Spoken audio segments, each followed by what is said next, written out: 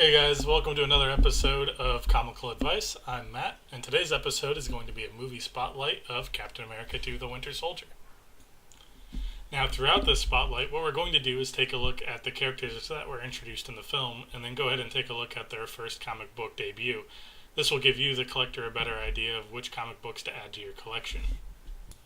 Now, the goal behind these movie spotlights is to actually do these before the movie releases, giving you, the collector, more time to make your purchases before the prices increase when these characters become more popular. Now let's kick things off with perhaps the most obvious character we can, and the title character of the film, Captain America himself.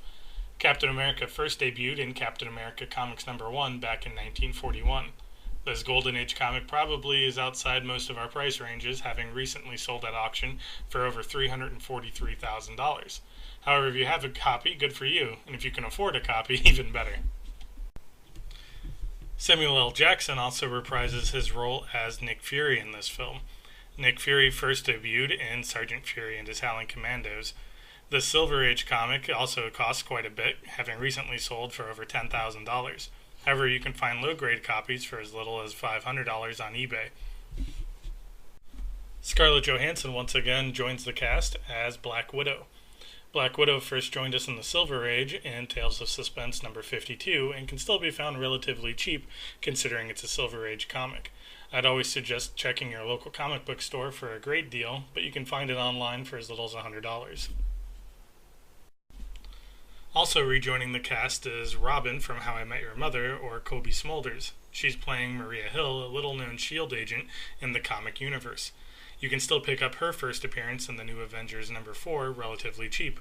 I'd recommend picking it up in case her role in the comic universe expands.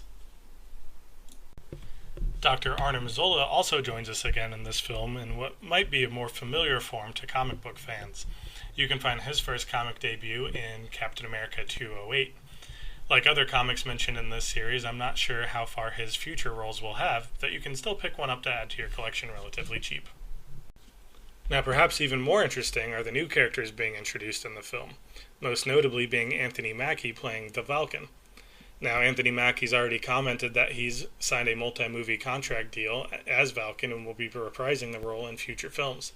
I'd recommend picking up the Falcon's first comic debut in Captain America 117 immediately, as the value of this comic is sure to rise as future films come out. It should also be no surprise that a movie titled Captain America 2: The Winter Soldier also introduces the Winter Soldier to us.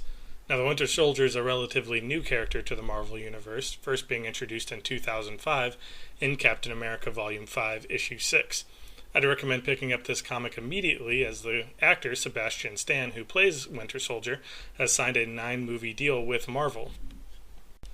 That being said, I would also recommend picking up Captain America Volume 5, Issue 34, the first issue in which the Winter Soldier plays Captain America.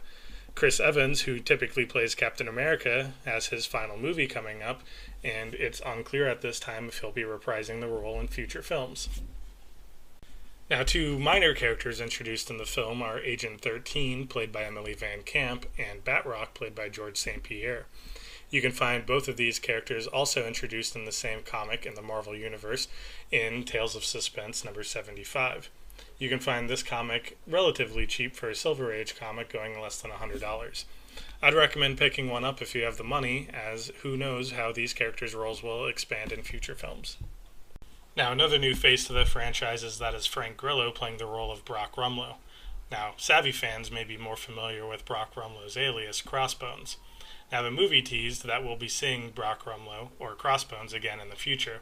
You can still find his first Marvel appearance in that of Captain America number 360. I'd also recommend picking up this comic relatively cheap while you can, as I'm sure his role will expand in future films as well. Robert Redford also joins the Marvel movie universe in this film in Alexander Pierce. Alexander Pierce's first comic debut is in Nick Fury vs. S.H.I.E.L.D. number 3. You can still pick up this book relatively cheap, but I'm not sure of how much future involvement the character will have in future films. Now, for those of you who stayed to watch the end credits, and it's a Marvel movie, I'd hope you'd all learn to do this by now, would have seen the teaser roll at the end. Now, this teaser roll introduced 3 characters to us. First is Baron von Strucker, who first made his appearance in Sergeant Fury and his Howling Commandos number 5. Alongside him are two characters that most of you are probably very familiar with, that of Quicksilver and Scarlet Witch, who first made their appearances in X-Men number 4. Well guys, thanks for watching. That just about wraps up all the characters we had in Captain America 2: The Winter Soldier. Keep an eye out for our next movie spotlight when we review The Amazing Spider-Man 2.